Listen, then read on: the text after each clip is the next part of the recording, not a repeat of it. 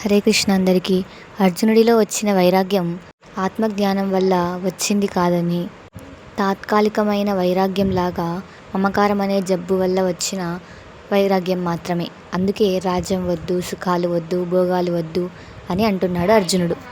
తమ రాజ్యాన్ని యుద్ధంలో జయించి తీసుకోవాలని అనుకున్న అర్జునుడు మమకారానికి లొంగిపోయి ఆ మోహంలో ఇవేవి నాకు వద్దు, వీటితో ఏం ప్రయోజనం అని అంటున్నాడు.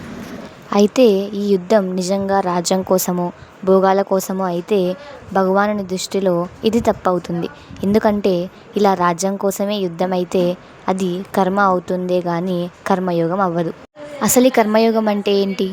ఫలితంపై ఆసక్తి లేకుండా ఏం జరుగుతుందో అనే బెంగ లేకుండా తన కర్తవ్యాన్ని నిర్వర్తించడమే కర్మయోగం. ఆ దృష్టి ఇప్పుడు అర్జునుడికి లేదు. అందుకే ఇంకా తన విషాదానికి కారణాలు వినిపిస్తున్నాడు. అర్జునుడి విషాదానికి కారణాలు ఏమై ఉంటాయో తెలిస్తే కామెంట్ చేయండి.